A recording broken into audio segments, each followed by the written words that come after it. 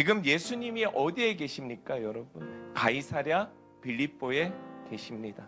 황제를 기억해야 되는 곳, 황제를 따르는 사람이 그 많은 그곳에서 자신의 제자들을 향해 예수님이 질문하십니다. 얘들아, 사람들은 나를 누구라 하느냐? 우리가 이 인생을 살아갈 때 한 번쯤은 진정성 있게 마주해야 되는 그 지점이 바로 이 지점이 아닐까라는 생각을 합니다. 내가 예수를 누구라 생각하는지에 따라 이 인생은 달렸구나. 입으로 내가 찬양을 하고 입으로 기도하고 몸으로는 열심히 섬기는데 내 마음과 생각, 우리가 살아가는 이 세상 속에서는 과연 나는 예수를 누구라 하면서 살아가고 있는가? 여러분은 예수를 누구라 고백하며 살아가고 계십니까? 그렇습니다. 사람들은 예수님을 세례 요한이나 엘리야 같은 눈에 보이는 훌륭한 사람으로 겉모습을 판단하고 있을지 모릅니다. 근데 그 다음 질문이 너무 중요합니다. 예수님이 말씀하시는 거예요. 그래, 세상은 나를 그렇게 부를 수 있어. 근데 내 제자들아, 너희들은 나를 누구라 하느냐? 너희는 어떤 생각을 가지고 나를 따르고 있는가? 그랬더니 베드로가 아주 기특한 대답을 하죠. 주는 그리스도시요 살아계신 하나님의 아들이십니다. 정답입니다. 우리가 신앙생활을 할 때 또 한번 생각해 봤으면 좋겠어요. 모르나? 내가 예수님이 하나님의 아들인 걸 모르나? 정답을 말하고 정답을 우리는 알고 있어요. 답을 몰라서가 아닙니다. 어쩌면 그 답을 이미 너무나 쉽게 얻은 거예요. 그 답에 대한 진정성과 그 답에 대한 해석과 그 의미를 생각하지 않고 스스로 알고 있다라고 여기는 지점, 거기에서부터 우리의 교만은 시작되더라는 거예요. 세상은 예수님을 눈에 보이는 대로 말할 수 있습니다. 그러나 우리 그리스도인은 예수님을 엘리야라든지 세례 요한이라든지 이렇게 부르면 안 되는 것이죠. 그는 우리의 그리스도시요 살아계신 하나님의 아들입니다. 이 고백 위에 교회가 세워졌고 내 삶도 그 위에 세워져야 된다라는 거예요. 사랑하는 여러분, 지금부터 조금 더 집중해서 잘 들어주셨으면 좋겠습니다. 예수님의 정체성이라고 말하는 그 주는 그리스도시요 살아계신 하나님의 아들입니다라는 이 고백이 우리의 삶에 확실히 다가오게 되고 삶으로 고백되어지게 될 때 비로소 우리의 삶의 방황은 끝나는 거예요. 우리의 방황이 언제 끝날 수 있을까? 주는 그리스도시요 살아계신 하나님의 아들입니다. 우리에게 방황이 왜 옵니까? 오는 이유가 무엇입니까? 우리가 문제에 갇혀 있기 때문 아닙니까? 그 문제를 뚫고 나아가지 못하기 때문에 그렇지 않습니까? 인생의 주인이 하나님이라는 사실을 알고는 있지만 그 고백 위에 내 삶을 세우려는 의지가 없기 때문 아니겠습니까?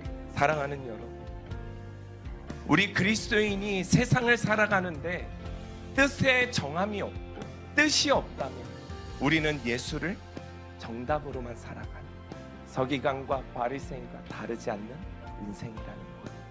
우리가 하나님께 뜻을 정한다라는 것은 너무나도 중요한 일이에요. 우리가 뜻을 정하지 않으면요 기웃거리는 인생을 살아갑니다. 여기가 좋다고 그러면 저기 기웃거리고, 저기가 좋다면 저기 기웃거리고. 아이를 키울 때 안 그렇습니다.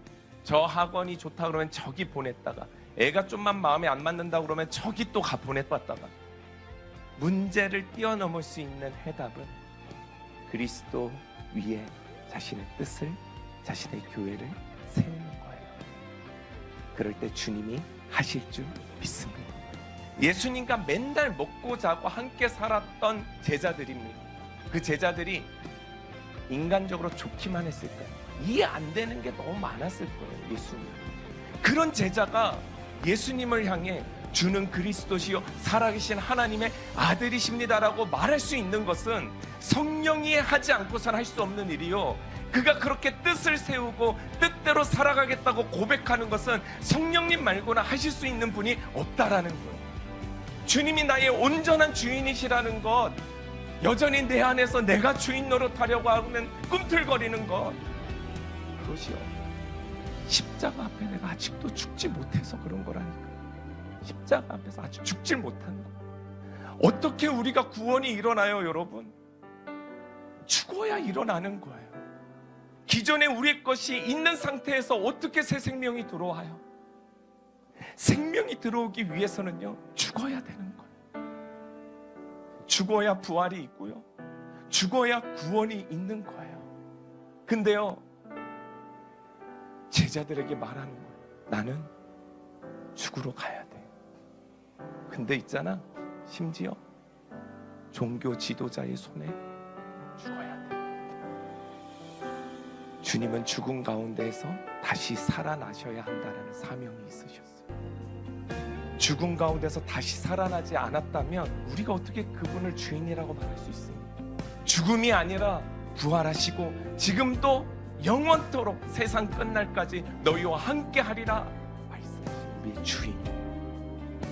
주님은 십자가의 길을 이제 가셔야 돼요. 근데 베드로가 주님의 길을 이제 탁 막아섰어요. 십자가 지고 가면 안 됩니다. 지금까지 이적도 보이고 인기도 지금 이제 절정에 이르렀는데 도대체 이 말도 안 되는 소리를 주님 왜 하십니까? 예수님을 나무라는 그 모습을 보면서 예수님이 베드로를 꾸짖습니다. 사탄아, 내 뒤로 물러가라. 네가 하나님의 일을 생각하지 아니하고 사람의 일을 도리어 생각하는 거야. 베드로를 지금 보세요. 베드로만 봐도 우리가 알 수 있어요. 순간에 성령의 말을 했다가 순간, 찰나의 순간에 사탄의 말을 듣는 거예요. 성령은요, 하나님을 생각하는 영이고요, 사탄은요, 사람의 일을 생각하는 영이라고 오늘 예수님 말씀해 주시요. 그러면 성령님께서는 언제 우리에게 오실까요? 하나님의 일을 생각하요. 그러면 사탄이 언제 우리에게 역사할까요?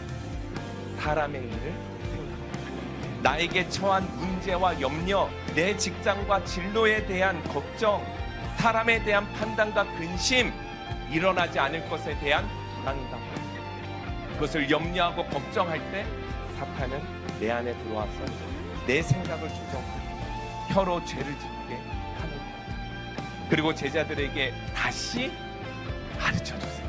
누구든지 나를 따라오려거든 자기를 부인하고 자기 십자가를 지고 따라. 사랑하는 여러분, 하나님 나라를 여러분 생각합시다. 나를 생각하면 그 생각의 채널로 누가 들어온다? 사탄이 들어온다. 그래서 주님은 이렇게 말씀하십니다. 너희는 먼저 그의 나라와 그의 의를 구하라 라고 말씀하세요. 우리가 자아가 십자가에 탁 죽는 순간 사탄은 어떻게 결박당하는 거예요. 그리고 주님의 그 새 생명, 그리스도의 생명을 갖고 사는 사람들에게는 사탄이 올 수가 없는 거예요. 죽어야 사는 인생입니다.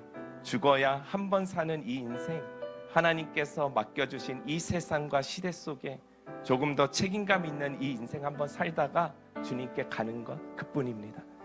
사랑하는 여러분, 이 놀라운 하나님 나라의 이 비밀을 우리는 알게 되었으니 이제는 뒤로 물러서지 마시고요, 주님 나라를 향해서 저희 모두 두 손 잡고 정말 하나 된 그 중보를 갖고 서로의 어려움들을 같이 기도하면서 돌파하고 뚫어내는 그런 믿음의 교회 되기를 주님의 이름으로 축원합니다.